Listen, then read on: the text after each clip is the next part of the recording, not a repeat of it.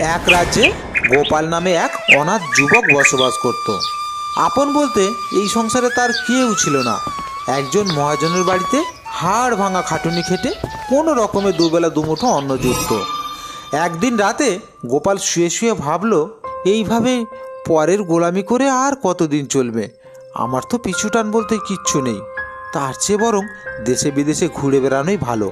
দেখি কপালে কি আছে। যেরকম ভাবা সেই রকম কাজ। পরের দিন ভোরবেলা পুটুলি বেঁধে সে বেরিয়ে পড়লো অজানার উদ্দেশ্যে। দীর্ঘ পথ পাড়ি দিয়ে সে নিজের সীমানা ছাড়িয়ে পাশের এক রাজ্যে এসে পৌঁছালো। সেই রাজ্যে এক বৃদ্ধা মালিনী তার মেয়ে মণিমালাকে নিয়ে থাকতো। তারা ছিল ভীষণ গরিব। একদিন মণিমালা বনের ধারে ফুল তুলতে গিয়ে দেখলো এক তেজস্বী সাধু বাবা গভীর ধ্যানে মগ্ন। মণিমালার মাথা নত হয়ে এলো। সে সাধু বাবার কাছে গিয়ে সাধু বাবাকে প্রণাম করলো। আমার প্রণাম নেবেন সাধু বাবা? সাধু বাবা চোখ মেলে তাকালেন। তার সৌম্যশান্ত চেহারা দেখে সাধু বাবা মৃদু মৃদু হেসে বললেন, দীর্ঘজীবী হও মা, আমার আশীর্বাদ রইল তুমি একদিন রাজরানী হবে। এ আপনি কি বলছেন বাবা? আমি এক সামান্য মালিনীর মেয়ে, কুড়ে ঘরে আমার বাস। রাজরানী হওয়ার স্বপ্ন দেখা যে আমার সাজে না। মনে রেখো মা, এই সাধুর আশীর্বাদ কোনোদিনও বিফলে যায় না। বিধাতা তোমার কপালে যা লিখেছেন তাই হবে। কিন্তু আমি এক হতভাগী, তা কিভাবে সম্ভব বাবা? শোনো মা, কাল ভোরে ঘুম থেকে উঠে তুমি বেরিয়ে পড়বে। যাকে তুমি প্রথমে দেখতে পাবে তাকেই তুমি নিজে থেকে বিয়ের প্রস্তাব দেবে, তবেই তোমার ভাগ্য ঘুরে যাবে। আপনার আদেশই শিরোধার্য বাবা, আমি তাই করব। বাড়ি ফিরে এসে মণিমালা তার মাকে সমস্ত কথা খুলে বলল। তারপরের দিন ভোরবেলা উঠে মণিমালা ঘর থেকে বেরিয়ে গেল। অন্যদিকে সারা রাত হাঁটাহাঁটি করে ক্লান্ত গোপাল ক্ষুধার্ত অবস্থায় সেই পথ দিয়েই যাচ্ছিল। ঠিক গ্রামের মোড়ে দুজনের দেখা হলো। পথিক, তুমি একটু দাঁড়াও, আমার একটা কথা ছিল। কি কি আপনি আমাকে বলছেন? আমি তো এই রাজ্যে একদম নতুন। আমি একজন সামান্য পথিক। আমার সঙ্গে আপনার কি প্রয়োজন? আমি জানি এটা শুনে আপনি অবাক হবেন, কিন্তু আমি আপনাকে বিয়ে করতে চাই। আপনি কি আমাকে পত্নী হিসেবে গ্রহণ করবেন? গোপাল আকাশ থেকে পড়ল।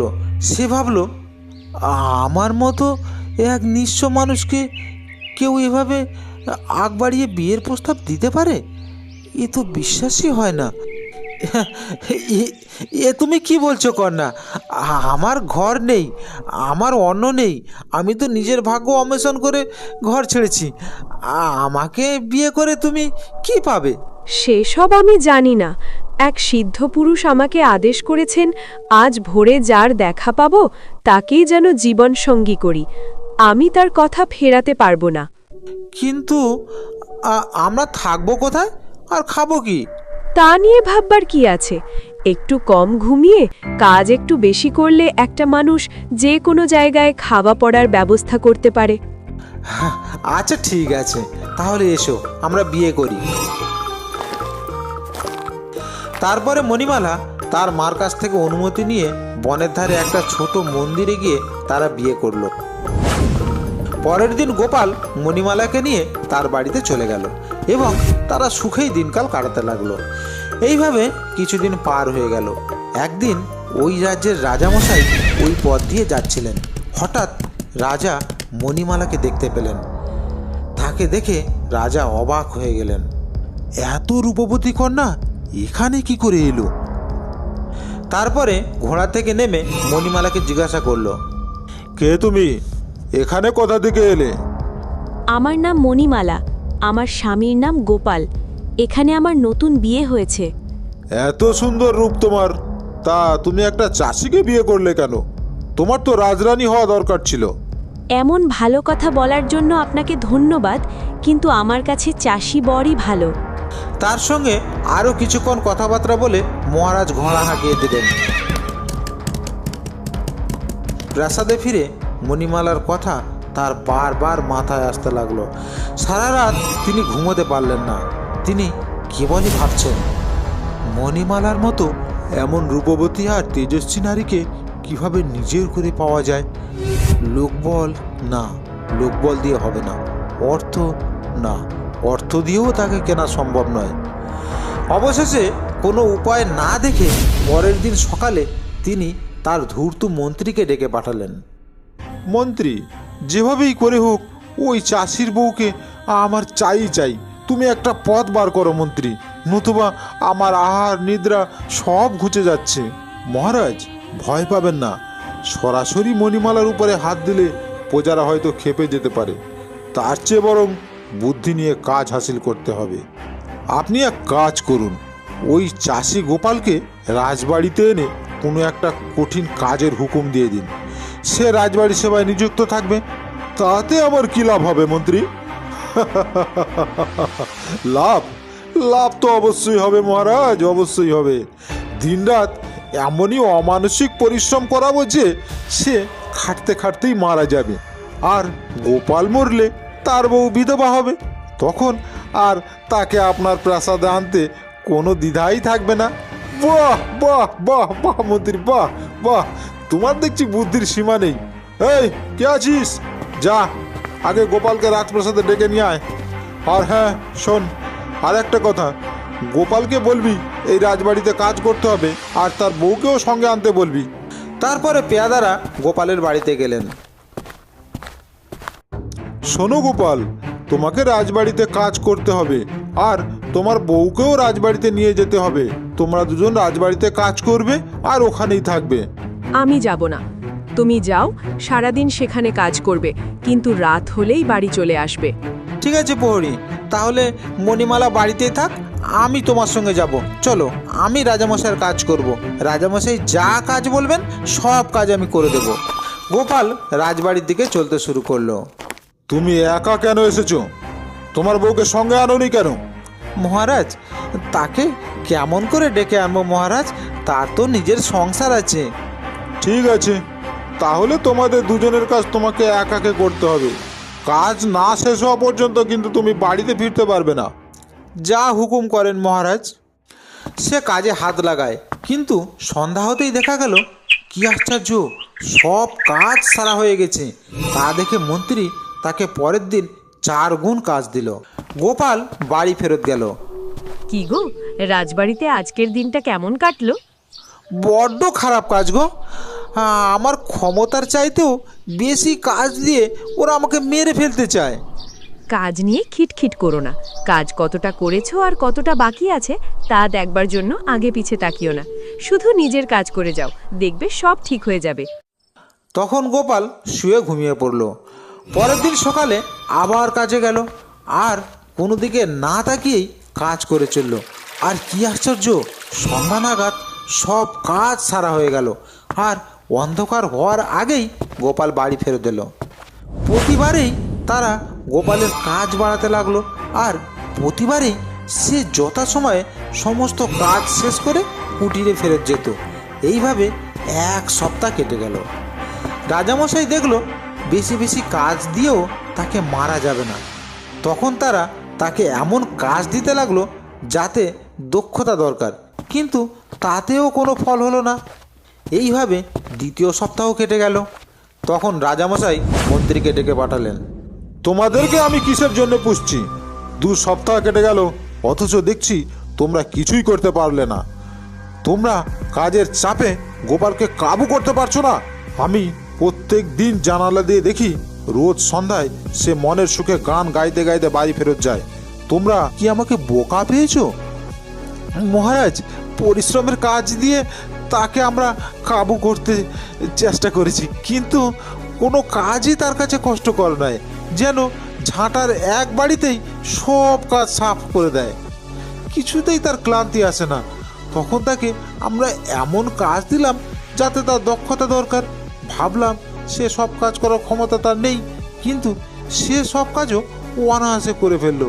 যে কাজ দেয়া হোক না কেন, কেমন করে যে তা শেষ করে দেয় বুঝতে পারি না। নিশ্চয়ই সে বা তার বউ কোনো টুকটাক জানে মহারাজ, তাই দিয়েই কাজ হাসিল করে। তাকে নিয়ে আমরা তো হয়রান হয়ে গেলাম। তাই এমন একটা কাজ খুঁজে বার করতে হবে যা সে কোনো মতেই করতে পারবে না। এবার ভাবছি মহারাজ, 1 রাতের মধ্যে তাকে একটা সুন্দর বাড়ি তৈরি করে দিতে বলবো। হ্যাঁ, তুমি ঠিক বলেছ। ঠিক আছে, তাই করো। যেভাবে করেই হোক গোপালকে মেরে ফেলতেই হবে।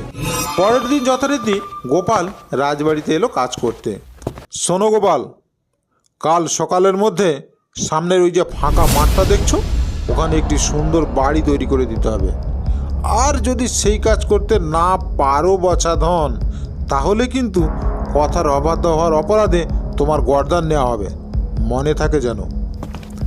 রাজার হুকুম শুনে গোপাল বাড়ি ফেরত গেল। বাড়িতে ফিরে মণিমালাকে সব কথা বলল।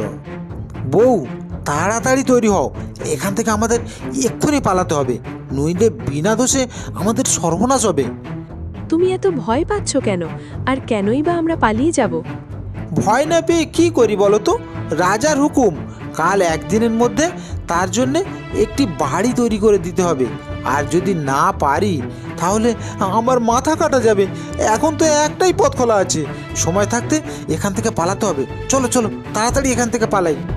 রাজার অনেক সৈন্য সামন্ত, তারা আমাদের ধরে ফেলবেই। পালিয়ে তার হাত থেকে রেহাই পাওয়া যাবে না। কাজেই যতক্ষণ শক্তিতে কুলোয় তার কথা মতো কাজই করতে হবে। কাজটা যে আমাদের শক্তির অতীতে, তাহলে তার কথা মতো আমরা কাজ করব কি করে? আহা, ভালো মানুষ, ভেঙে পড়ো না, খেয়ে দিয়ে শুয়ে পড়ো। খুব ভোরে ঘুম থেকে উঠে দেখবে সব ঠিক হয়ে গেছে। তুমি যে কি বলো। আচ্ছা ঠিক আছে।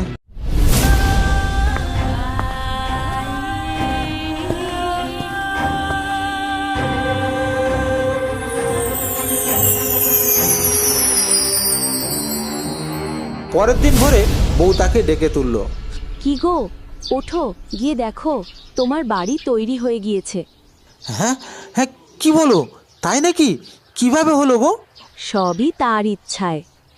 সকালবেলা রাজামশাই ঘুম থেকে উঠে দেখলেন পাশে যে বড় ফাঁকা জায়গাটি ছিল সেখানে একটি বড় বাড়ি তৈরি হয়ে গেছে। বাড়িটা দেখে রাজামশাই মোটেই খুশি হলেন না। মন্ত্রী, গোপাল এ কাজটাও তো করে ফেলেছে, কাজেই তার গর্দান নেওয়ার ছুতনা তো আর পাওয়া গেল না। আরও কোনো চতুর ফন্দি তোমাকে বার করতেই হবে, নইলে কিন্তু তোমার গর্দান যাবে। তখন মন্ত্রী নতুন ফন্দি বার করলো আর গোপালকে ডেকে পাঠালো। গোপাল, তুমি যখন এক রাতের মধ্যে একটি বাড়ি তৈরি করতে পেরেছো, তখন তোমাকে এক রাতের মধ্যে আরও একটি কাজ করতে হবে। আমাদের রাজপ্রাসাদের সামনে একটি নদী বানিয়ে দিতে হবে, যেখানে নৌকা চলবে।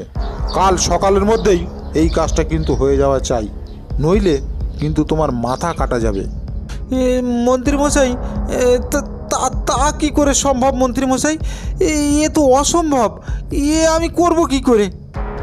ওসব কথা আমি জানি না বাবা, রাজা মশাইয়ের হুকুম, না মানলে কিন্তু তোমার গর্দান যাবে। গোপাল বিষণ্ণ মনে বাড়ি ফেরত এলো। সব কথা জানিয়ে বউকে বলল, চলো এইবার পালাই, চলো। সৈন্য সামন্তদের হাত থেকে পালানো যাবে না। যেখানে যাব সেখান থেকেই তারা আমাদের পাকড়াও করবে। রাজার আদেশ মানা ছাড়া আর কোনো পথ নেই।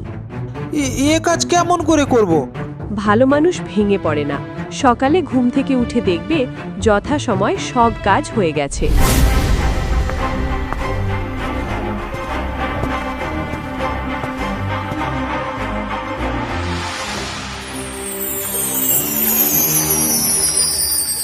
সকালবেলাতেই মণিমালা গোপালকে ডেকে তুলল।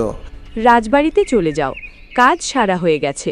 শুধু রাজবাড়ির সামনে জেটির কাছে একটা মাটির ঢিবি রয়েছে, একটা কোদাল নিয়ে সেটা সমান করে দাও গে।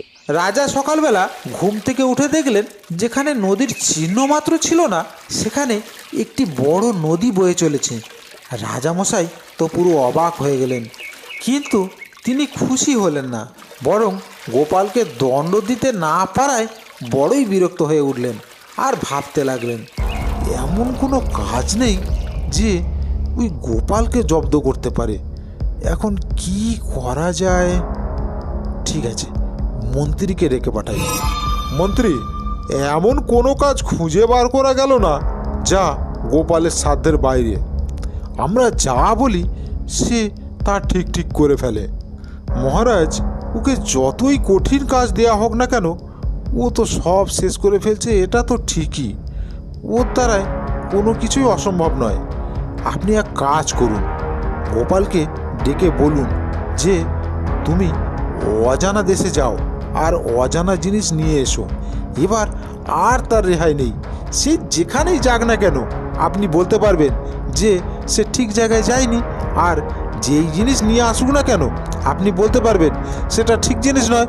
তখন আপনি তার গরদান নিতে পারবেন আর তার বউকে আপনি পাবেন। বাহ বাহ, খুব সুন্দর মতলব পড়েছ মন্ত্রী। তাহলে তাকে ডেকে পাঠাও। শোনো গোপাল, এবার তোমার জন্য আমি একটি খুব ভালো কাজ দিচ্ছি। তুমি এক কাজ করো, তুমি অজানা দেশে যাও আর অজানা জিনিস নিয়ে এসো। আর যদি নিয়ে আসতে না পারো তাহলে তোমার কিন্তু গরদান যাবে। কিন্তু মহারাজ, ও অজানা জিনিস সেটা আবার কি? আমি কোন দেশে যাব? অজানা দেশ কোথায় আছে? ওসব আমি জানি না বাবু। যেটা বলেছি তুমি যদি সেটা করতে না পারো তাহলে কিন্তু তোমার গরদান যাবে। গোপাল বাড়ি ফিরে এলো আর বউকে রাজার কথা বলল। দেখো, রাজা তোমাকে জব্দ করার ফন্দি করছে। এবার আমাদের সাবধানে কাজ করতে হবে। সে বসে বসে অনেক ভেবেচিন্তে স্বামীকে বলল, যেখানে আমাদের বিয়ে হয়েছিল তার পিছনে একটা বন আছে, সেখানে সেই বন থেকে সোজা চলে যাবে। ওই বন পার হলে বনের ওপারে গিয়ে দেখবে একজন বয়স্ক বুড়ি মানুষ। তাকে আমার এই আংটি দেখিয়ে তুমি সাহায্য চেও।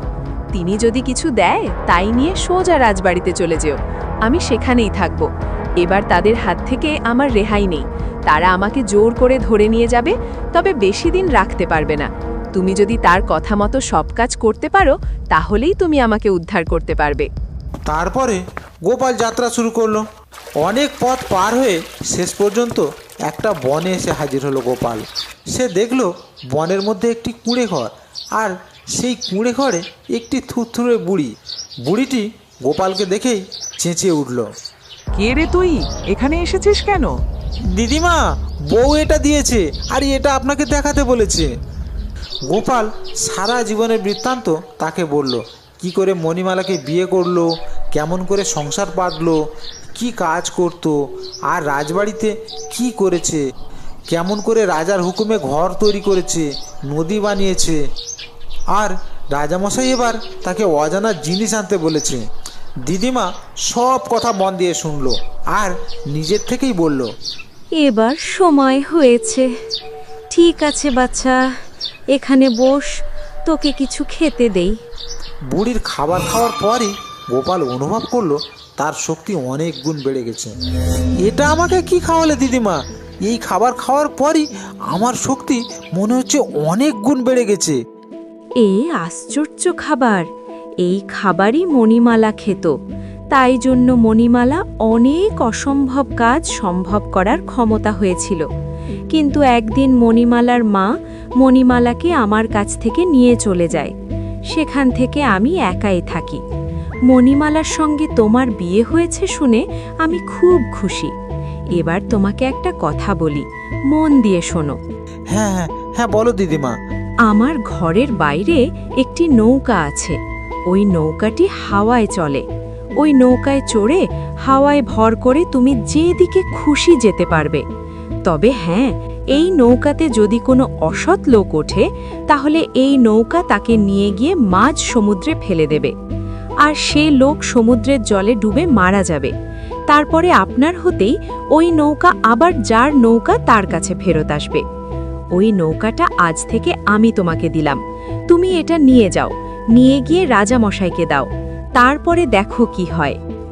আচ্ছা ঠিক আছে দিদিমা, তাই হবে। এখন তাহলে তুমি আমাকে বিদায় দাও। তারপরে গোপাল দিদিমার কাছ থেকে বিদায় নিয়ে নৌকায় চড়ে চলতে শুরু করলো।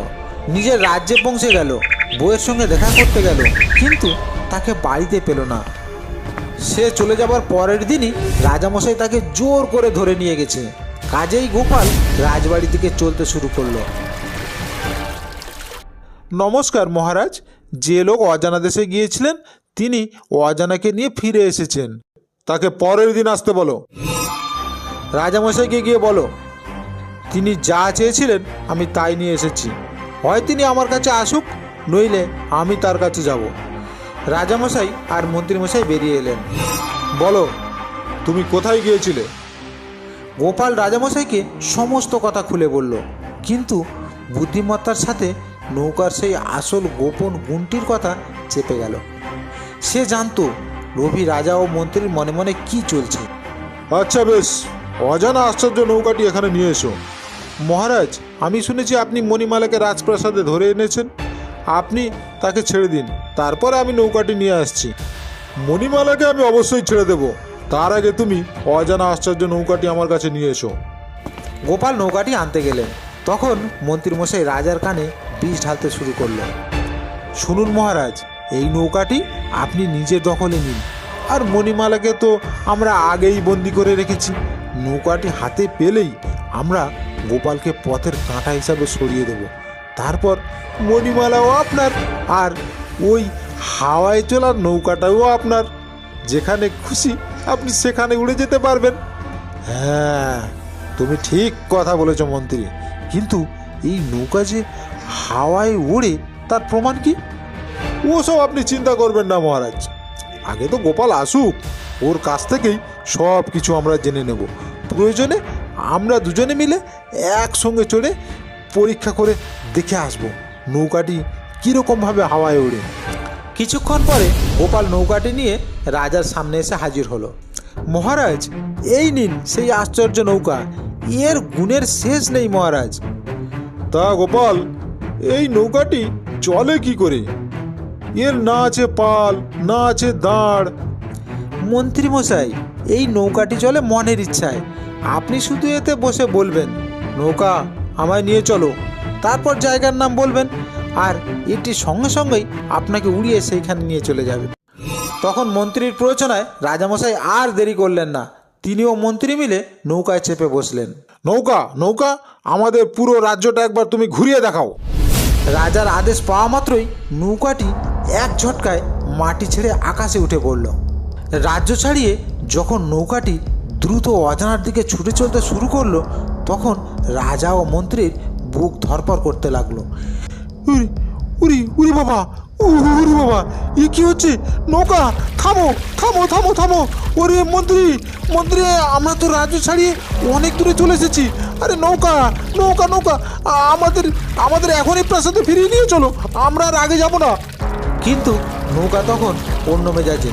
সে রাজার আদেশ না শুনে হু হু করে গভীর সমুদ্রের উপর দিয়ে উড়ে চলতে লাগলো। মহারাজ মহারাজ, এ তো আমাদের কথা শুনছে না। এই যে সাক্ষাৎ যমদূতের মতো উড়ে চলেছে, এখন কি হবে মহারাজ? হ্যাঁ মন্ত্রী মন্ত্রী, তুমি আমাকে বাঁচাও, আমাকে বাঁচাও মন্ত্রী। নৌকাটি তখন মাঝ সমুদ্রে পৌঁছে হঠাৎ করে কাত হয়ে গেল। রাজা আর মন্ত্রী খড়কুটোর মতো ছিটকে পড়ে গেলেন গভীর নোনা জলে।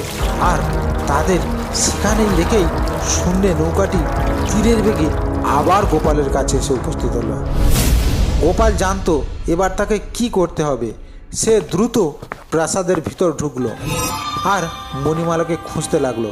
কিছুক্ষণ খোঁজার পরে মণিমালাকে দেখলো একটা অন্ধকার কুঠুরিতে বন্দি হয়ে আছে।